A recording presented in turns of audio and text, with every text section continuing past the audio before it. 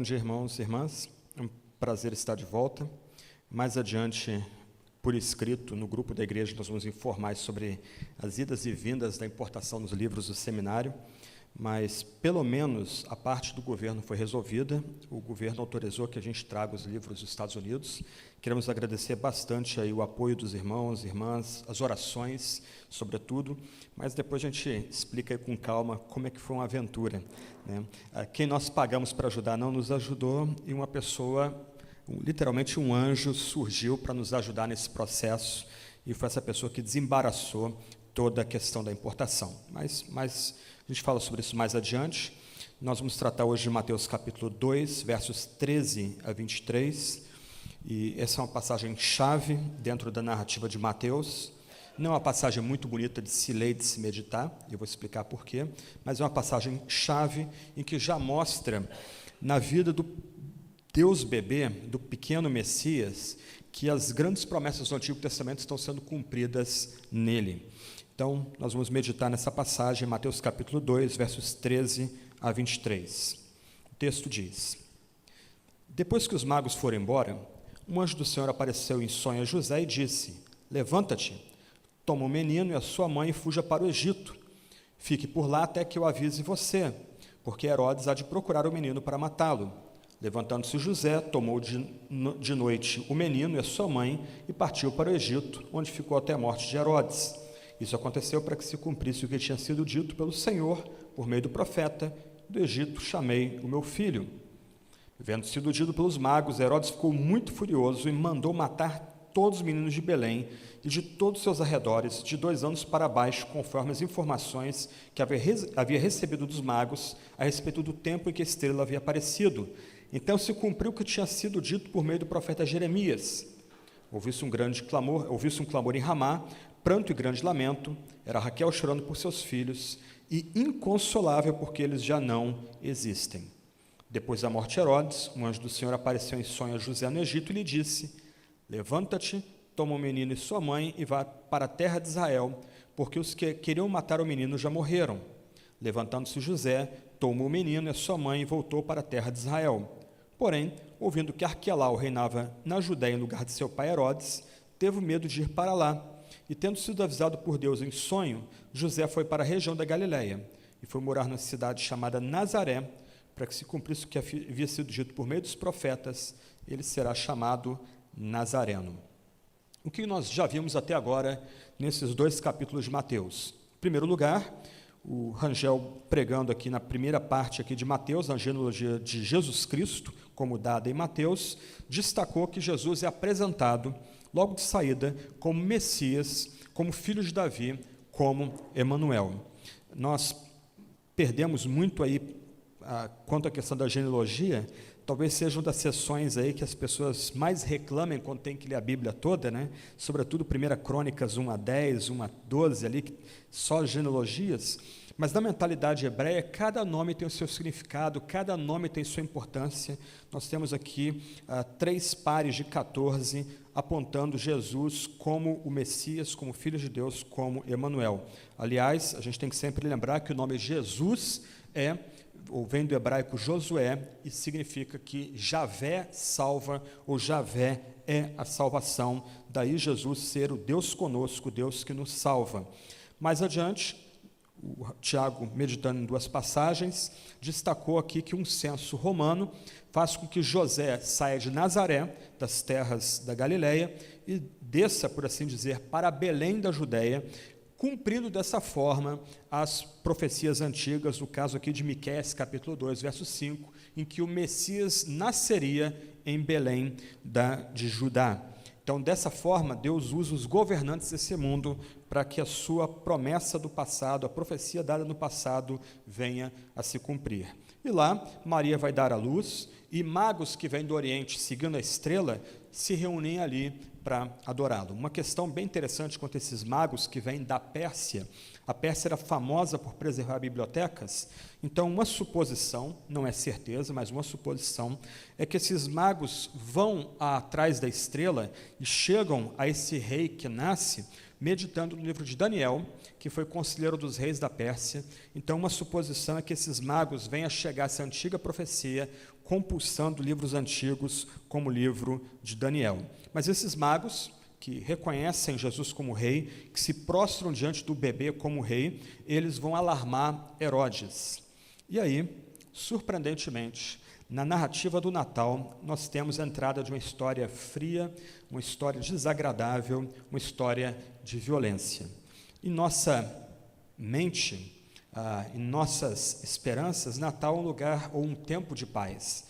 A gente gosta de pensar no Natal como um momento em que as pessoas têm um pouco mais de boa vontade umas com as outras, as pessoas têm um pouco mais de paz e tolerância umas com as outras, as guerras são suspensas. Por exemplo, em 1914, em agosto de 1914, começa aquela que foi conhecida como a Guerra para Encerrar Todas as Guerras. Lê do engano. Ao final da Primeira Guerra Mundial, 20 milhões de pessoas morreram na Europa. Mas, no Natal de 1914, surpreendentemente, houve uma trégua por todo o Ocidente.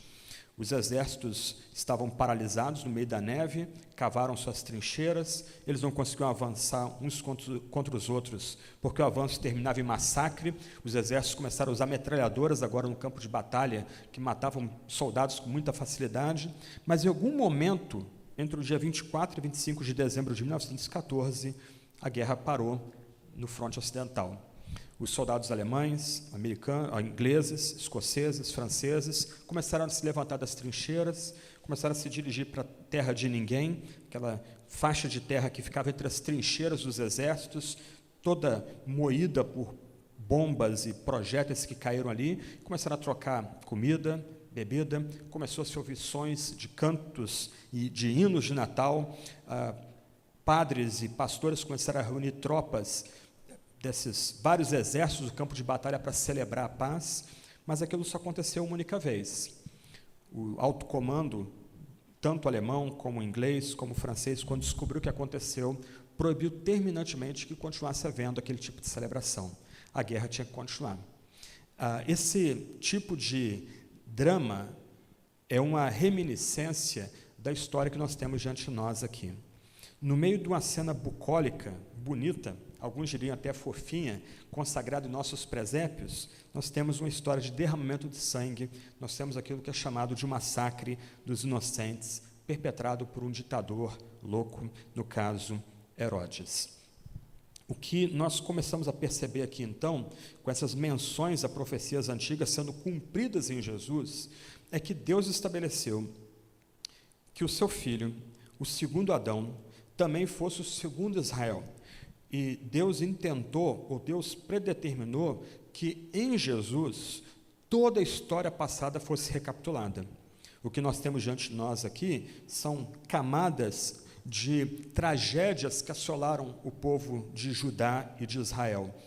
A mais óbvia, e a primeira, é a ida de Benjamim e Judá para o Egito e da mãe deles, Raquel, pranteando a ida deles para o Egito. Mas mais adiante, nós vamos ver isso daqui a pouco, essa história que nos remete à saída do povo do Egito, 400 anos depois no Êxodo, também nos leva para a destruição de Jerusalém em 586, quando o povo de Judá é levado para o cativeiro e é dado literalmente como morto, e as mulheres prantearam a destruição da santa cidade e o povo sendo levado para o exílio. Mas dentro da estrutura de Mateus, o que nós temos é esse padrão de recapitulação. Se Israel era composto dos filhos de Deus do Antigo Testamento, dos eleitos de Deus do Antigo Testamento, aqui nós temos a história do eleito, Jesus Cristo, do verdadeiro Filho de Deus, Jesus Cristo, sendo e recapitulando em si mesmo Israel. Antes de olhar a passagem bíblica, vamos tentar olhar a estrutura maior do livro de Mateus. Por exemplo, no Antigo Testamento, a base do Antigo Testamento são 5 grandes livros. Gênesis até Deuteronômio, nós chamamos eles de Pentateuco. Quando nós nos dirigimos aos Salmos, nós descobrimos que os Salmos são divididos em 5 livros, que, de certa forma, fazem um tipo de parelha com 5 livros do Pentateuco. Quando nós começamos a estudar Mateus, nós descobrimos que Mateus também é dividido em 5 discursos. Mateus 5 a 7, como deve se portar o cidadão do reino. Mateus capítulo 10, depois Mateus capítulo 13, depois Mateus capítulo 18, finalmente Mateus 24 e 25, onde nós temos aí o discurso final de Jesus falando da consumação e da vinda do reino em poder. O que Mateus está fazendo? Ele não é um biógrafo, ele não está escrevendo uma biografia para a gente. Mateus, como um pregador, ele está organizando os dados da vida de Jesus para comunicar uma mensagem. Isto é, em Jesus Cristo, nós temos o cumprimento não só da lei pactual do Antigo Testamento e da espiritualidade dada no Antigo Testamento, mas nós temos agora alguém que é maior do que Moisés, alguém que nos chega que é maior do que Moisés e maior do que Davi, esse tal é Jesus. Indo mais adiante, por exemplo, a gente pode lembrar onde foi dada a lei no Antigo Testamento. A lei no Antigo Testamento foi dada para Moisés no Monte Sinai, onde Jesus profere seu primeiro discurso, no monte, onde ele não rompe com a lei antiga, mas ele agora dá uma interpretação mais profunda e mais exata e autorizada da lei antiga. E ele também cumpre a profecia, quando Moisés havia dito lá no Antigo Testamento, no Pentateuco, que viria alguém maior do que ele, e o povo deveria escutar esse que viria e que é maior do que ele. Mas quando a gente se detém no Sermão do Monte, a gente vai descobrir, por exemplo, que é prometida uma bem-aventurança aos mansos da nova aliança. No Antigo Testamento, o homem mais manso do Antigo Testamento, Moisés, ele morre fora da terra prometida. Ele vê a terra prometida de longe. Agora, Jesus, que é maior do que Moisés, ele assegura a todos aqueles que estão no reino dos céus, que o mais manso entre nós já herda a terra, já tem posse da terra. Em outras palavras, o nosso Senhor Jesus dá um status maior ao menor entre nós do que Moisés no Antigo Testamento. Mas a gente termina as bem-aventuranças, o primeiro discurso de Jesus, onde ele nos dá uma nova lei, ou a lei da nova aliança, mais profunda e mais detalhada do que a lei dada no Sinai, e a gente surpreende com a narrativa de milagres e sinais em sequência. Nós contamos esses sinais em Mateus 8 e 9, eles são 9 ou 11 sinais, a depender de como nós os contamos. Onde aconteceram tantos sinais assim no Antigo Testamento? Quando Deus, com um braço forte, tira o povo do Egito, no Êxodo. Deus, por assim dizer, esmaga as divindades do Egito, Deus alcança a vitória sobre os deuses do Egito e tira o seu povo incólume daquele ambiente de escravidão. Agora, nós temos alguém operando com mais poder do que no Antigo Testamento. Doenças incuráveis são curadas, demônios são exorcizados com a única palavra. Nós temos, então, alguém agindo logo após a lei ser dada pela sua própria boca, nós temos, então, alguém agindo com mais poder do que qualquer outra pessoa no Antigo Testamento. Se você lembrar, não é Moisés que opera os sinais e prodígios do Êxodo. Ele tem que invocar Yahvé para que Yahvé venha e opere com poder na saída do povo do Egito. Agora, é o próprio Jesus que faz o que faz. Mas, a depender de como nós contamos, fica faltando um milagre.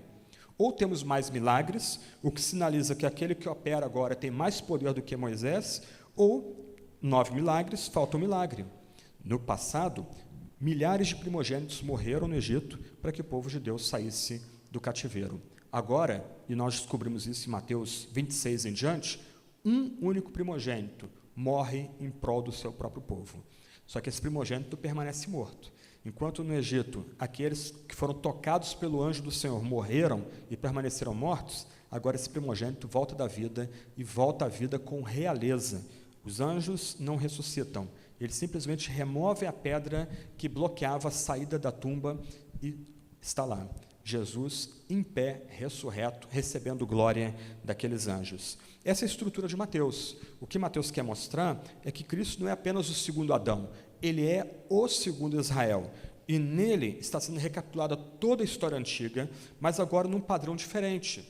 Antes, Israel vacilava, pecava, Deus tinha que trazer as disciplinas pactuais, o povo invocava a Deus, Deus removia a disciplina e dava a sua bênção para o povo, e o povo era renovado e reavivado. Agora, nós temos o Israel sem pecado, agindo redentoramente e como representante do seu povo para ser o Salvador, o remidor dos pecados de muitos. Então, essa história que nós adentramos agora, que não é uma história agradável, como já disse, ela ocorre dentro de uma estrutura de recapitulação.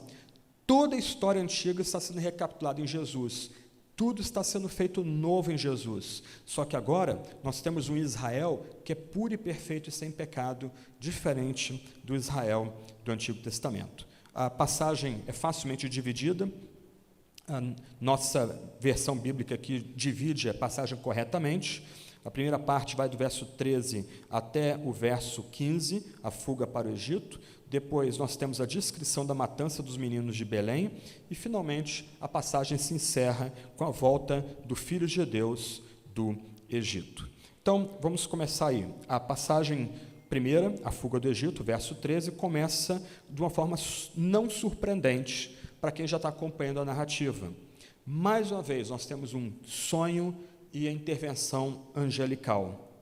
Nós temos, então, até agora, se você vai contando, 3 sonhos. Esse é o terceiro sonho que um dos personagens da história tem, no caso José, e nós temos a segunda intervenção de um anjo do Senhor, um mensageiro especial da parte de Deus para um dos personagens da história.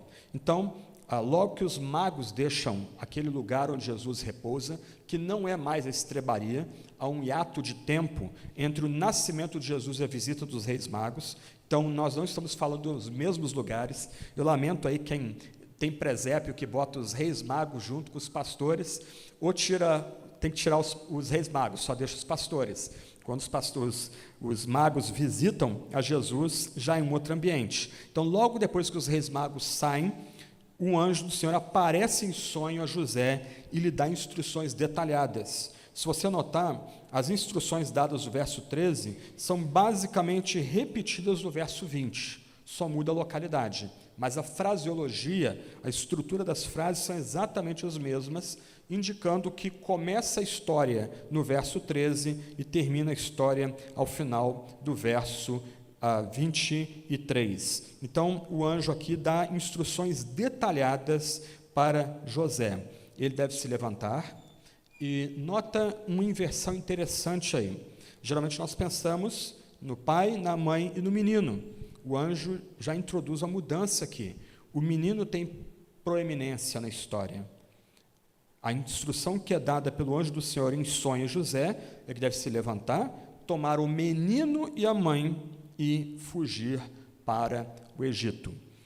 O que essas intervenções angelicais destacam na história aqui é que, se de um lado Deus, ou Jesus, é o Deus bebê, o Deus da manjedoura, do outro lado, seu amado Pai cuida de Jesus o tempo todo.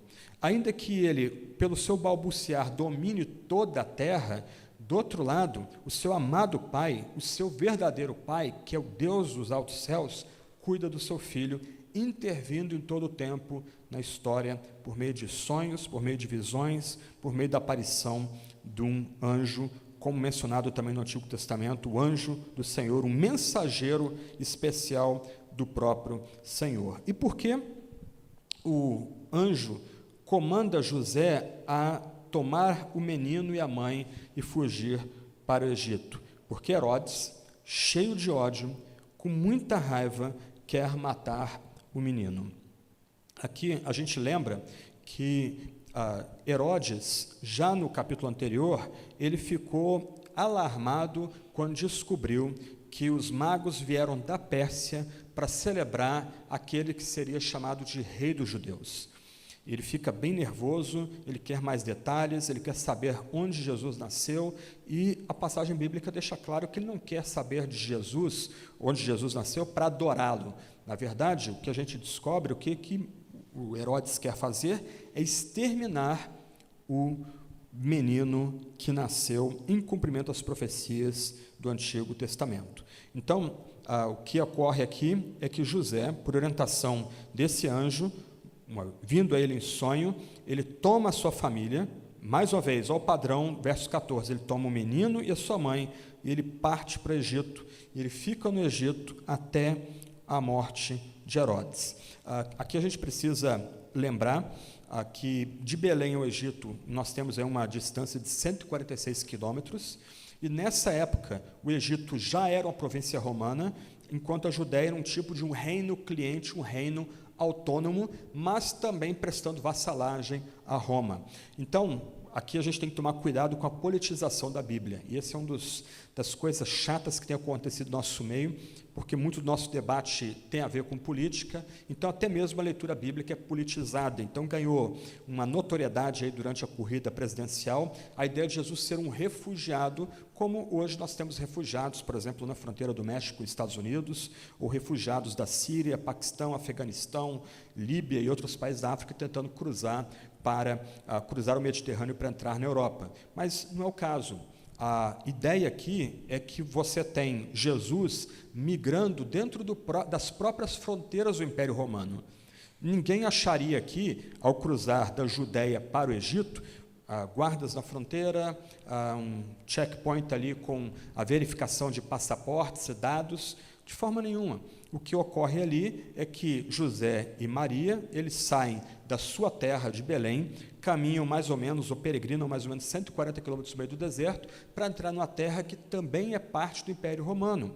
Só para você saber aqui, em mais ou menos 63 a.C., o general Pompeu Grande havia tomado e saqueado Jerusalém, e a partir de 63 a.C., o reino da Judéia, o antigo Judá, deixou de ter existência autônoma. Todos os governantes que vieram depois, inclusive o próprio Herodes, cognominado Grande, foram apontados pelos próprios romanos, eles dependiam de Roma para existir. Mas a grande questão da história aqui não é provar que Jesus é um tipo de refugiado político daquela época. Ele estava sendo procurado para ser assassinado? Sim, isso não está em discussão no texto, mas ele vai ao Egito porque ele é apontado como o Israel de Deus, e ele vai ao Egito para cumprir a profecia dada no passado, em Oséias capítulo 2, verso 15. É isso que diz Mateus: do Egito chamei o meu filho. Então, porque Jesus é chamado a recapitular em si mesmo toda a história de Israel, ele vai agir como Benjamim, como Judá, indo ao Egito num período de fome na região de Canaã. Então, o que a gente tem que evitar aqui é tentar politizar a passagem, tentar descobrir na passagem algo que a passagem não diz. Mas o Papa Francisco diz que a Sagrada Família é uma família de peregrinos, e que a gente tem que se abrir e receber estrangeiros sem controle, sem nenhuma checagem na fronteira. Ok, para quem não sabe, o Vaticano é cercado por muros. Eu não vi nenhum Papa dizendo que tem que tirar os muros do Vaticano, porque agora o Vaticano vai receber aqueles que estão se refugiando da Ásia, ou do Oriente Médio, ou da África, nos seus lugares. Né? Fácil esgarçar o país dos outros, fácil fazer peso sobre a estrutura social e política e econômica do país dos outros, quando o seu próprio território não é aberto a receber estrangeiros. Então, a gente tem que tomar cuidado aqui, não politizar o texto bíblico. O que o texto bíblico quer mostrar é que a ida de Jesus ao Egito cumpre uma antiga profecia. Jesus está em si mesmo recapitulando a história de Israel.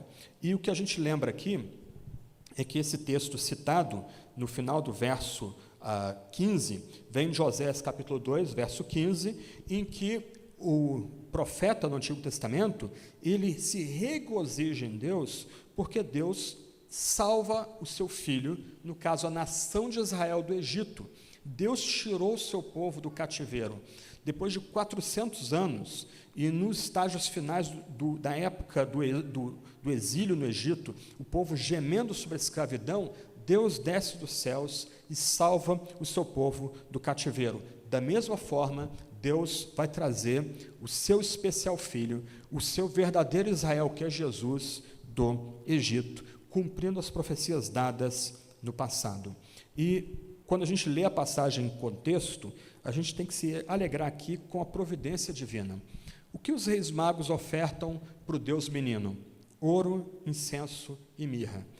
E esses presentes especiais dados pelos magos é que vão, por assim dizer, custear a viagem de José, do menino e de Maria para o Egito. Só um detalhe aqui, no Egito já havia uma comunidade judaica firmemente estabelecida naquela época, haviam pelo menos 1 milhão de judeus morando no Egito naquela época. Havia livre trânsito dentro das fronteiras do Império Romano, o que no mundo moderno, sobretudo antes da Primeira Guerra Mundial, não não há mais, né? A gente tem que passar por fronteiras, mostrar passaporte, declarar valores, bens. Naquela época não existia isso, havia livre trânsito entre as fronteiras, eram aqueles que estavam de fora das fronteiras que precisariam passar por checagens para entrar no grande império romano. Então, o que a gente vê nesses primeiros versos aqui é: Jesus vem e nele se cumprem profecias antigas.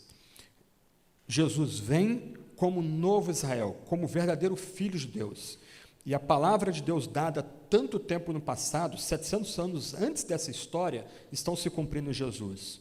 Jesus vem e ele é cercado de cuidados pelo seu amado Pai.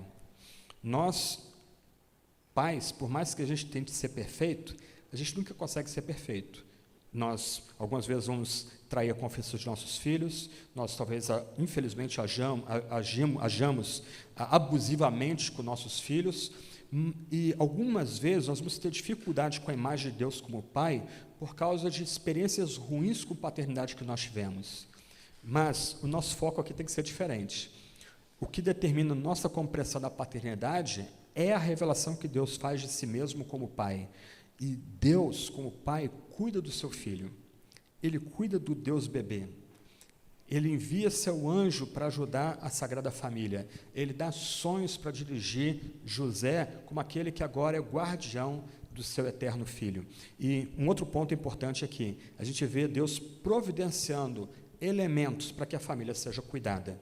Enquanto ela sai de Belém, na Judéia, para ir para o Egito, 150 quilômetros de estradas para serem rodadas, Deus havia graciosamente providenciado o sustento para a família, não só para pagar a viagem, mas também para se estabelecer numa comunidade no Egito, numa comunidade de judeus no Egito. Então, esses são alguns detalhes importantes aqui dessa primeira parte da história. Mas Jesus é enviado para o Egito por causa da sanha homicida de Herodes. E aí nós temos os versos 16 e 18, onde o massacre dos bebês, ele é mencionado, ele não é descrito, ele é simplesmente mencionado. Algumas pessoas, principalmente aqueles biógrafos não cristãos que defendem Herodes, eles vão escarnecer desse relato, vão dizer que esse relato aqui é uma invenção posterior, é um tipo de hagiografia introduzida na história, mas o relato é consistente com o caráter desse rei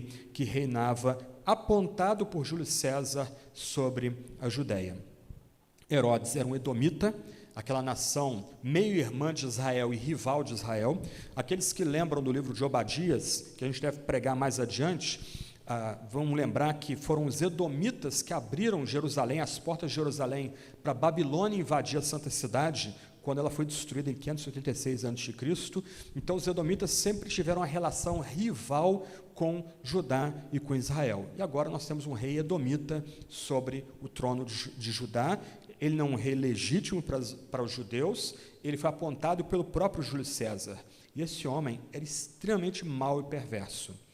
Ele amava profundamente sua esposa, Mariâmene, que era descendente dos Asmoneus, de uma família, de um ramo importante dentro de Judá, e por um acesso de loucura ele manda matar sua própria esposa.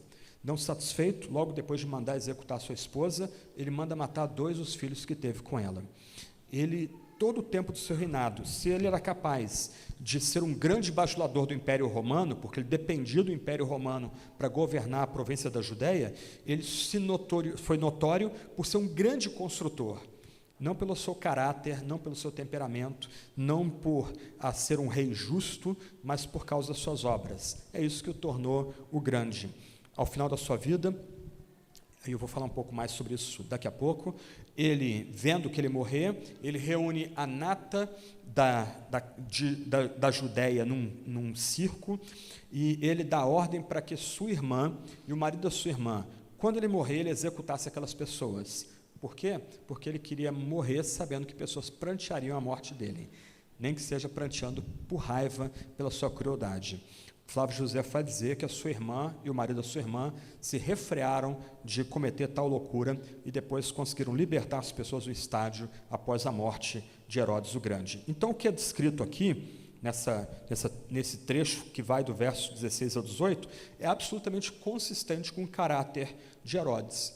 O texto vai dizer que Herodes se sentiu iludido, porque lembra, os Deus intervém e envia um sonho aos magos, de tal forma que eles não voltam a Jerusalém, eles voltam à Pérsia sem passar por Jerusalém, para informar Herodes de onde Jesus estava, abrigado em Belém, mas ele acaba consultando os sábios daquela época, e ele acaba estimando mais ou menos aí a data do nascimento daquele que é chamado pelos magos de Rei dos Judeus, em Mateus capítulo 2.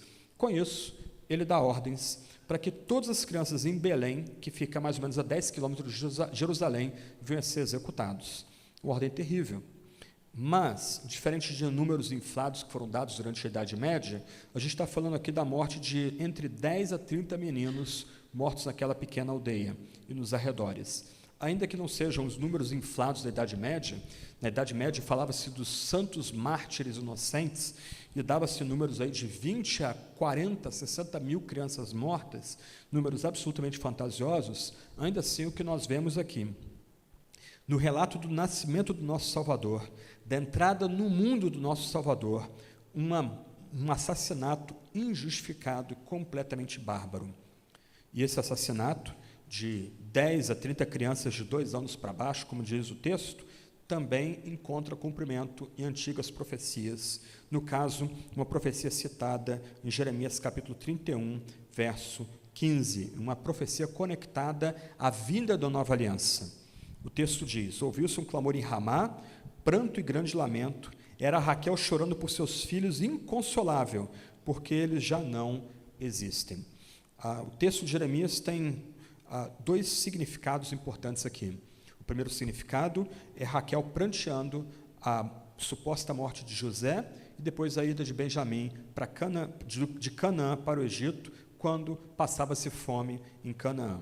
Mas essa passagem em Jeremias é aplicada agora a Raquel como um arquétipo, como uma mãe que representa a nação, e uma mãe que representa a nação pranteando o massacre de israelitas, quando a Babilônia conquista Jerusalém em 586. Toda a santa cidade foi destroçada, toda ela destruída, o templo arrasado, os utensílios do templo santos, separados para o culto, levados embora para o cativeiro, os príncipes executados, os sacerdotes executados, e todos os filhos e filhas da casa de Judá levados embora para o cativeiro. Raquel chora, Raquel pranteia, Raquel lamentou quando José e Benjamim sumiram no Egito, lamentou quando os filhos de Judá foram levados para o cativeiro. Raquel lamenta agora quando crianças de 0 a 2 anos são barbaramente assassinadas pelo poder real. O que Mateus faz aqui é tomar essa profecia e dar um significado último para ela. Vem agora aquele que vai consolar a Raquel. Vem agora aquele que volta do exílio e traz consigo todos aqueles que foram exilados. Vem agora aquele que vai tirar todo o pranto e todo o lamento da casa de Judá. O que nós vemos aqui, num choque que perpassa as eras, já que Herodes é um edomita de uma nação rival, antiga e rival de Judá, é que nós chegamos a um clímax de um confronto. Assim como no exílio de Israel, tentou-se assassinar os filhos de Deus, dando fim à nação eleita. Agora, um rei louco, edomita, da mesma nação que abriu as portas de Jerusalém para Jerusalém ser arrasada pelos babilônios, tenta matar o especial filho de Deus, tenta exterminar o escolhido de Deus. Mas essas ações violentas, bárbaras, horrorosas, são inúteis. Porque assim como Judá foi protegido por Deus no exílio, assim também Deus zela pelo seu eterno filho no Egito e vai retirá-lo, vai trazê-lo de volta do Egito. As lágrimas começaram nos dias de Jeremias, atinge o ponto culminante com as lágrimas das mães de Belém. Elas estão vendo seus próprios filhos sendo mortos diante de si. Mas o herdeiro do trono de Davi chegou, o exílio acabou, o verdadeiro Filho de Deus chegou, e ele chega para introduzir uma nova aliança, uma aliança superior à estabelecida do Sinai. Como a gente lembra das palavras de Mateus 26, 28, lidas algumas semanas atrás, Jesus diz na Santa Ceia: isso é meu corpo, o sangue da aliança derramada em favor de muitos. para a remissão de pecados. E, finalmente, versos 19 e 23, nós temos a volta do Egito. Mais uma vez, nós temos um sonho, é o quarto sonho em 2 capítulos, e a terceira menção ao anjo do Senhor em 2 capítulos. Herodes morre, e aí o anjo do Senhor aparece em sonho a José, no Egito, e lhe dá ordem, verso 20, uma ordem semelhante à dada no verso 13, para que ele se levante, ele tome o menino e sua mãe, e vá para a terra de Israel, porque aqueles que queriam matar o neném já morreram. A morte de Herodes foi horrorosa. As informações vêm de Flávio Joséfo, da obra Antiguidades. Herodes era bem adoentado, e no final da sua vida, ele teve problemas renais seríssimos. Ele precisava passar grande parte do tempo dele em termas no Mar do Norte, no Mar Morto, termas com água quente para aliviar as dores renais dele. Ele desenvolveu um tipo de gangrena horrorosa nas suas pernas. Flávio Joséfo fala, inclusive, que os seus médicos tinham que retirar vermes rastejando pelo seu corpo, andando no seu corpo. No meio de dores e loucura, Herodes quase tirou sua própria vida. Foi um primo dele que impediu que ele tirasse sua vida. Mas mesmo no meio dessa loucura, ele continuou fazendo crueldades. Ele mandou matar o terceiro filho que ele teve com Mariamne, a sua amada esposa, que ele mesmo mandou executar. Esse rei, cognominado grande pelas suas obras, mas um homem cruel, um déspota cruel, talvez um dos reis mais cruéis da antiguidade, morreu em dores excruciantes, em dores horríveis, como também ocorreu com o seu parente Herodes Agripa, que matou um dos apóstolos do Senhor, mandou matar Tiago. Então, esse foi o fim da vida de Herodes. No meio de dores horrorosas, no meio de tentativas de se curar que não davam resultado, Herodes vem a morrer, e morrer de forma horrorosa. E aí seu filho, Arquelau, ele começa a reinar sobre a Judéia, mas ele era tão ruim quanto Herodes. Isso vem a cansar as autoridades romanas, de tal forma que 2 anos depois da morte de Herodes o Grande, o imperador agora Otávio Augusto ordena que Arquelau seja removido do trono da Judéia, e agora a Judéia passa a ser de fato uma província romana, governada por procuradores apontados pela própria Roma, e assim vai ser até o ano 70 depois de Cristo, quando Jerusalém é completamente arrasada, e mais adiante a Judéia deixa de existir como unidade política subordinada ao imperador e passa a ser um território da província da Síria. Como Arquelau, então, governava a Judéia, o que José faz? Ele, avisado por Deus em sonhos, mais uma vez, o 5º sonho da passagem, desses 2 capítulos, ele leva a família para a terra da Galileia. Uma terra mais simples e uma terra sem fama e sem luz. E ele leva Jesus para uma cidade chamada Nazaré, que ficava nos montes da Judéia. Aqueles que vão em Nazaré hoje têm que subir um trecho de estradas até chegar a essa pequena vila. A população, alguns estimam aí 200 pessoas na época de Jesus, outros chegam a 1.100, 1.500 pessoas na época de Jesus.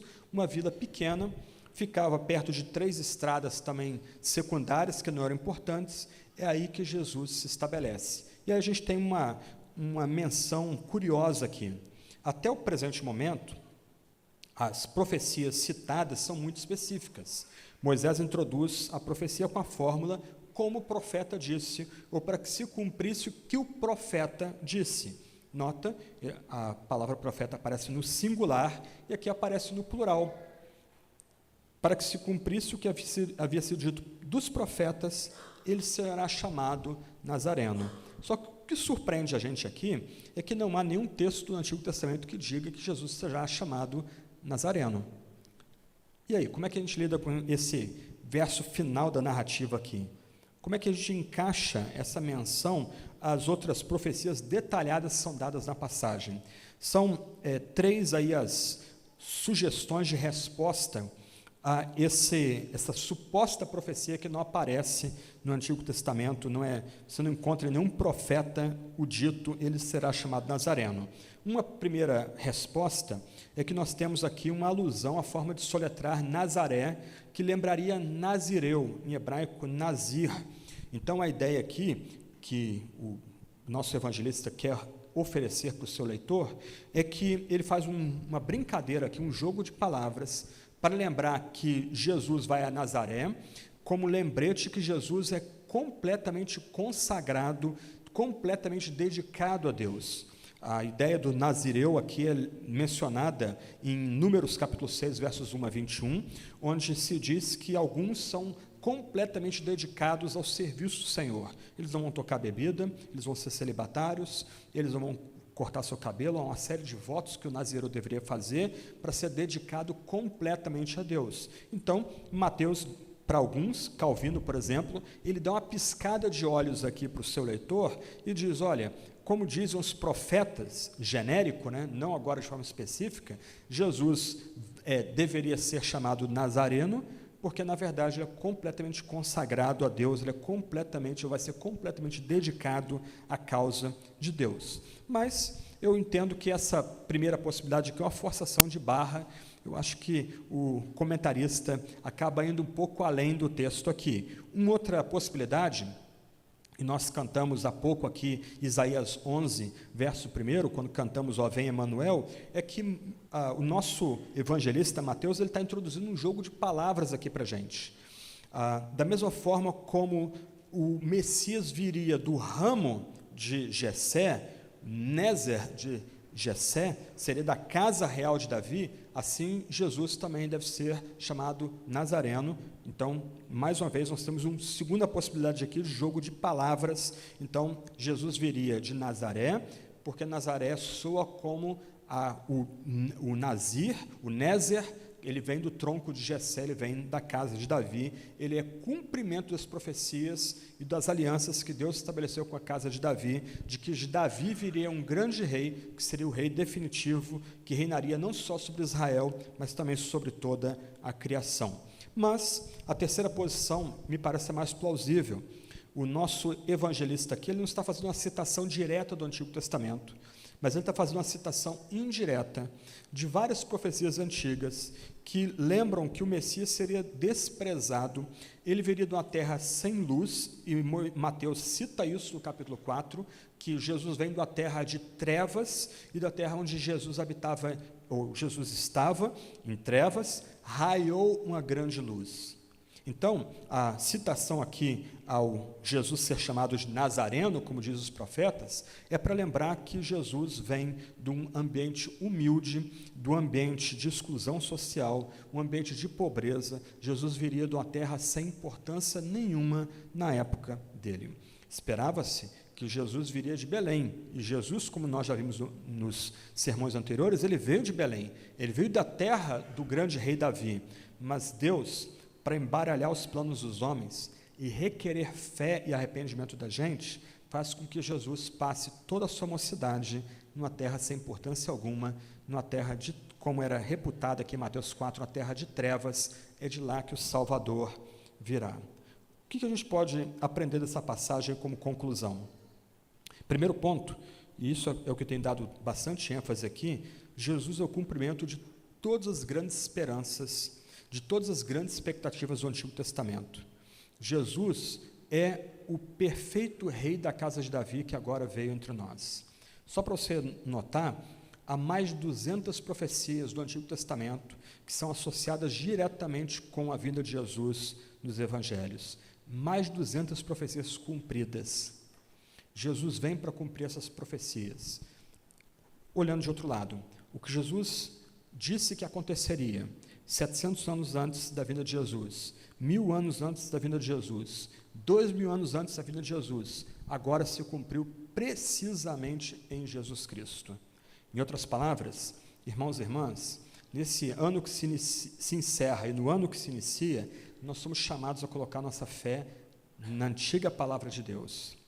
O que Deus comandou no passado, 2000 anos, 1000 anos, 700 anos de Cristo, antes de Cristo, de fato aconteceu. A palavra de Deus não foi proferida em vão, não foi dita de forma vazia. Cada palavra alcançou seu cumprimento em Jesus Cristo. Jesus, que é aquele que nos salva, Jesus, que é o Filho de Deus, Jesus, que é Emanuel, Jesus, que é Israel, trazido pelo seu próprio Pai do Egito para ser o nosso Salvador. Então, irmãos e irmãs, a gente tem que colocar nossa confiança na palavra de Deus. Quando meditamos na palavra de Deus, nós estamos meditando na palavra que de fato se cumpre, posto que foi proferida por Deus nas alturas, pelo único Deus que existe, o único Deus que cria todas as coisas, o único Deus que reina. Então, que a gente receba a palavra de Deus como palavra de Deus, que a gente entenda, ao compulsar esse livro antigo, que quando a gente está lendo, mesmo que uma frase, Deus mesmo está falando conosco, e um Deus que cumpre as suas palavras, e que a gente pode confiar que aquilo que Ele fala a nós nesse livro, de fato vai se cumprir, não só na vida de Jesus, mas em nossas vidas. E, irmãos e irmãs, se nós temos mais de 200 profecias cumpridas do Antigo Testamento na vida de Jesus, nós temos muitas promessas dadas a nós no Antigo Testamento também. Promessas de conforto, de consolo, de direção, de ânimo, e a gente pode ir à Sagrada Escritura e requerer essas promessas para nós, e confiarmos que o Deus que nos deu essas promessas cumprirá de fato essas promessas em nossa vida. Segundo ponto, os governantes desse mundo raramente vão ser favoráveis à causa do reino dos céus. São poucos os governantes que de fato apoiam a causa do reino dos céus.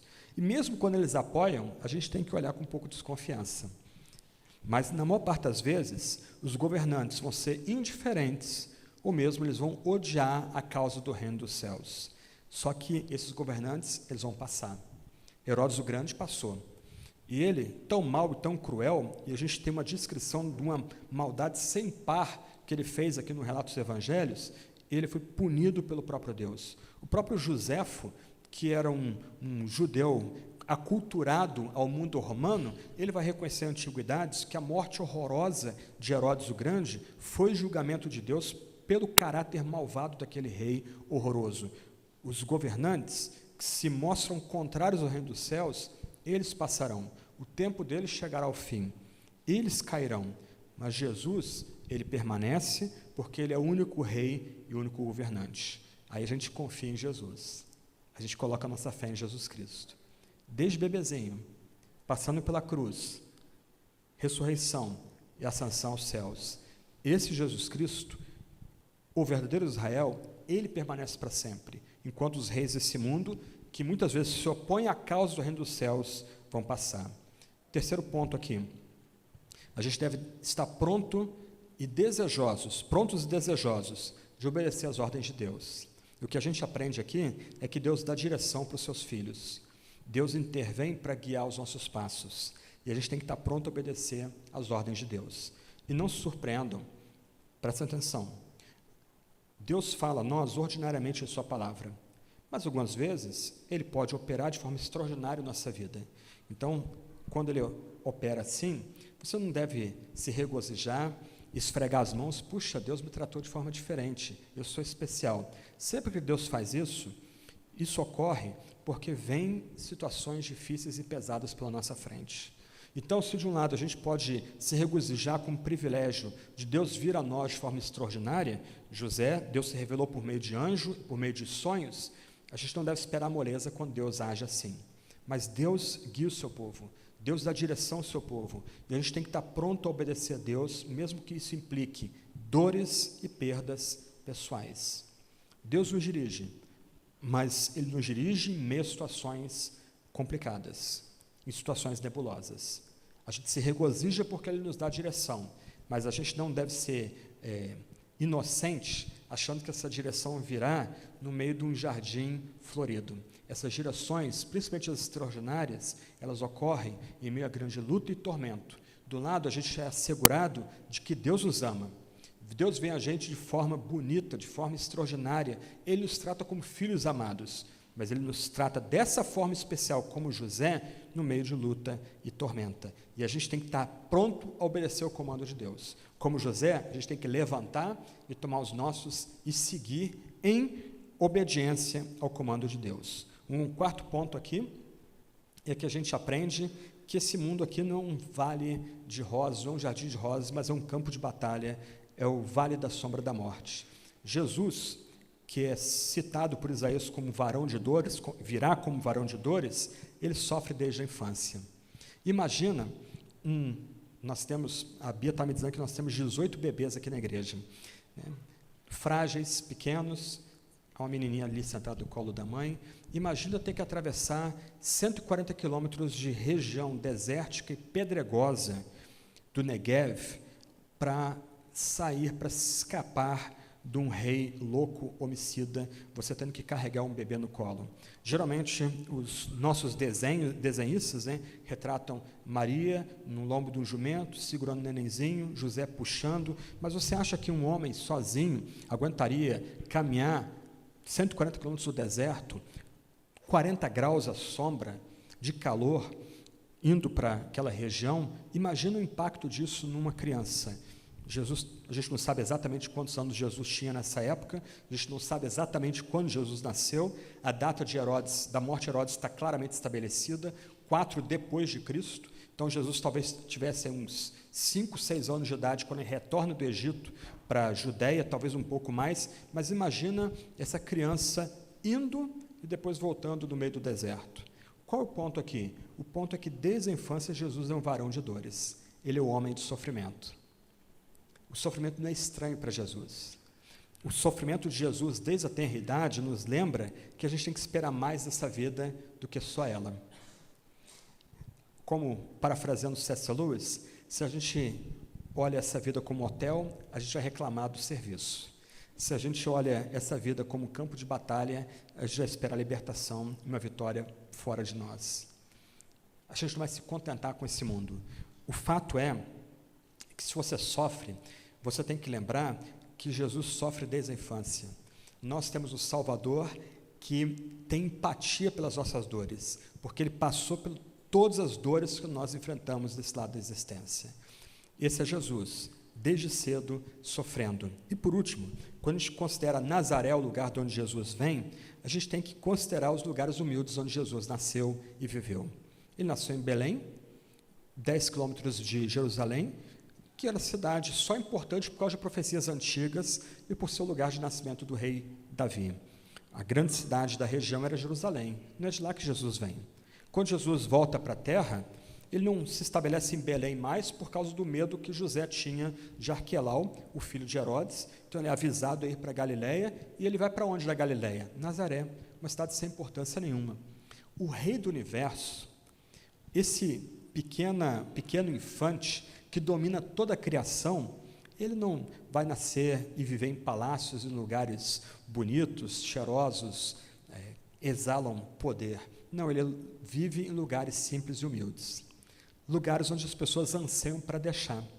Então, assim como Jesus andou em humildade e viveu em lugares humildes, assim devemos nos portar também. Que a nossa vida, nesse fim de ano, seja marcada pela mesma humildade de Jesus. Que a gente não busque os primeiros lugares, que a gente não busque os lugares chiques, os lugares de destaque, que a gente não queira ter vida opulenta, ou vida que tente transmitir às pessoas o que nós não somos, mas que a gente imite Jesus nessa humildade em viver nos lugares sem importância da nossa vida. Vamos orar e a gente se despede. Que Deus abençoe a todos nós aí nessa virada de 24 e 25, que a gente celebre de fato a vida de Jesus Cristo, o Deus que fez homem por amor de nós, por amor de nossos pecados, ou para nos livrar dos nossos pecados, que a gente de fato tenha tempo de paz e comunhão com nossos familiares e amigos aí nesses 2 dias aí de festa.